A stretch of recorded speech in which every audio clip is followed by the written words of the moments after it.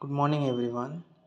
आज मैं फिर से गेट की प्रिपरेशन के लिए कुछ क्वेश्चंस लेकर आया हूँ जो कि कुछ यूनिक्स लगी मुझे। तो मुझे लगी कि ये आप लोगों के लिए चैलेंज क्वेश्चन होनी चाहिए। होपफुली आप अगर आपने ये प्रोबेबिलिटी का एक क्वेश्चन है, अगर आप लोगों ने इस प्रोबेबिलिटी चैप्टर पे गो थ्रू कर लिया है तो आप ये मेरे वीडियो पॉज करके आप पहले ये चीज़ खुद ट्राई कीजिए, और अगर नहीं हो रहा है तो फिर कोई बात नहीं, ये प्रैक्टिस हो जाएगी आप लोगों के लिए। तो चलिए हम पहले क्वेश्चंस पढ़ते हैं। In a given day in a rainy season it may rain 70% of time. माने 70% ऑफ टाइम वहाँ रेनी सीजन पे रेन होगी। If the rains chance that the village fair make a loss on that day. माने इसका मतलब ये है कि जब रेन हुआ और विलेजर का लॉस होगा उस दिन 80%। However if it does not rain, अगर रेनी सीजन पे रेन हुआ ही नहीं तो chance of the fair will make a loss on that day is only 10%। मतलब अगर रेनी सीजन पे रेन हुआ ही नहीं तो उस दिन 10% चांसेस है कि उनका लॉस होगा। If the fair has not made any losses on a given day, माने फेयर में लॉस हुआ ही नहीं, तो हम यहाँ ऐसे लिख सकते हैं इसको। जब मेरे को ये मिल ही गया है तो ए पे लिखूँगा मैं नॉट मेड एनी लॉस।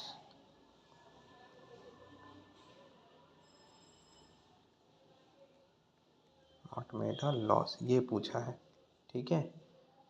ये क्या बोला, if the fair has not made a loss on a given day in rainy season what is the probability that it has not rained. मतलब नॉट रेन के लिए पूछा है, मतलब जी रेनी सीजन पे उस दिन बारिश हुआ ही नहीं। Not rain on that day, इसका प्रोबेबिलिटी पूछा है। ओके, तो होपफुली आपको समझ में आ गया। अब मैं गिवन डेटा लिखता हूँ यहाँ पर। गिवन हमें पता है हमें निकालना क्या है। ओके, तो पहले मैं लिखता हूँ लेट E1,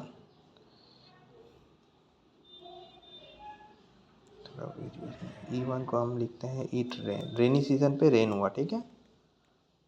तो प्रोबेबिलिटी ऑफ रेनी सीजन पे रेन होने का है 70%। यहाँ ये दिया हुआ है गिवन, देखो 70% प्रोबेबिलिटी है, तो यहाँ हो गया 70% को हम लिख सकते हैं 0.7।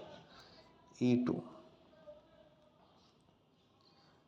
डज नॉट रेन,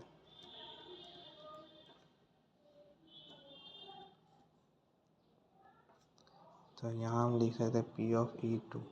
रेन नहीं होने का चांसेस कितना है, अगर ये होने का चांसेस 70% है तो नॉट रेन होने का चांसेस 30% है। ओके, अब हम दिखाएंगे P। ये सब गिवन है, ये सिर्फ थोड़ा सा हमें पेशेंस रख के ये जस्ट 2-3 बार ये क्वेश्चन गो थ्रू होने से हमारा ये क्वेश्चन बन जाएगा। P ऑफ AE1 मतलब रेनी सीजन पे रेन हुआ और विलेजेस का कोई भी फेयर लॉस नहीं हुआ, ठीक है। मतलब मैं लिखता हूँ fair not made any loss on a rainy day. Okay, ये कितना गया है, यहाँ देखिए यहाँ पर ही क्या लिखा है, ये क्वेश्चन देखिए। क्वेश्चन लिखा है if the rains chances that the village fair make a loss on that day is 80%।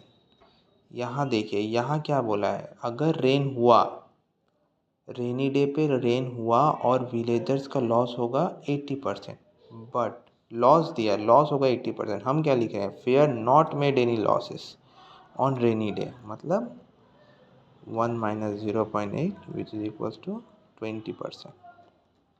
Hopefully आपको समझ में आई होगी। सेम P, अब हम क्या निकालेंगे, it does not rain, PA/E2।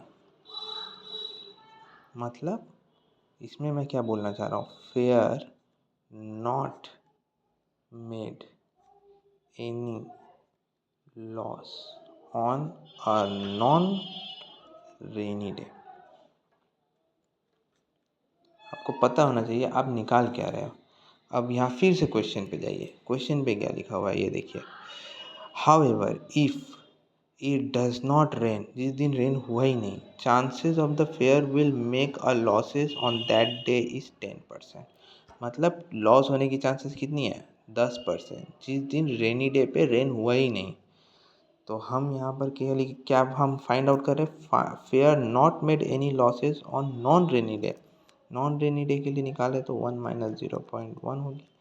मैंने 90% चांसेस है कि उस दिन विलेजर्स का कोई भी लॉस नहीं होगा नॉन रेनी डे पे लिए। बस हमारा सब निकल गया। अब बेस थ्योरम मारेंगे।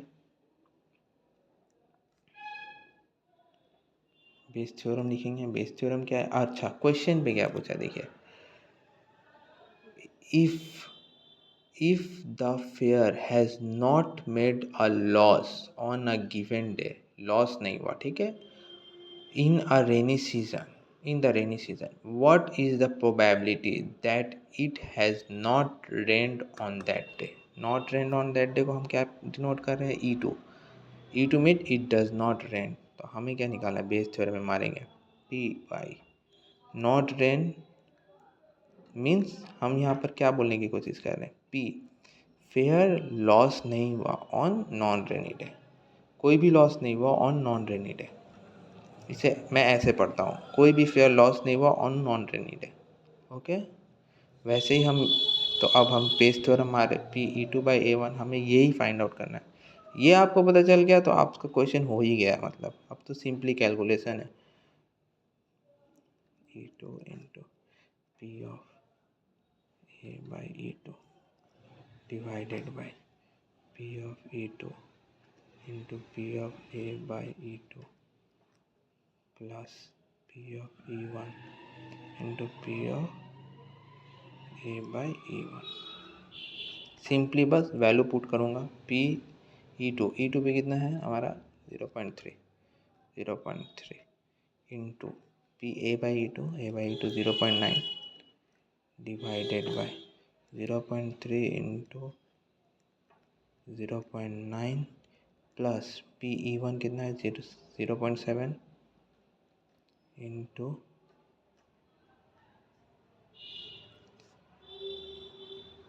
PA/E2 0 into A/E1 into 0.2। इसे सॉल्व करेंगे तो कितना आ रही है? 0.3927 0.27 डिवाइडेड बाई 27 0.27 प्लस 14 0.14। ये हम सॉल्व करेंगे तो इसका आंसर आ रहा है 27/41।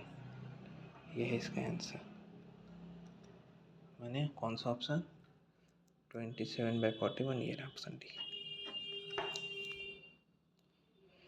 आई होप आपको मेरा ये क्वेश्चन समझ में आया होगा और ऐसे ही प्रैक्टिस करते रहिए गेट के लिए। और best of luck GATE exam के लिए। Thank you.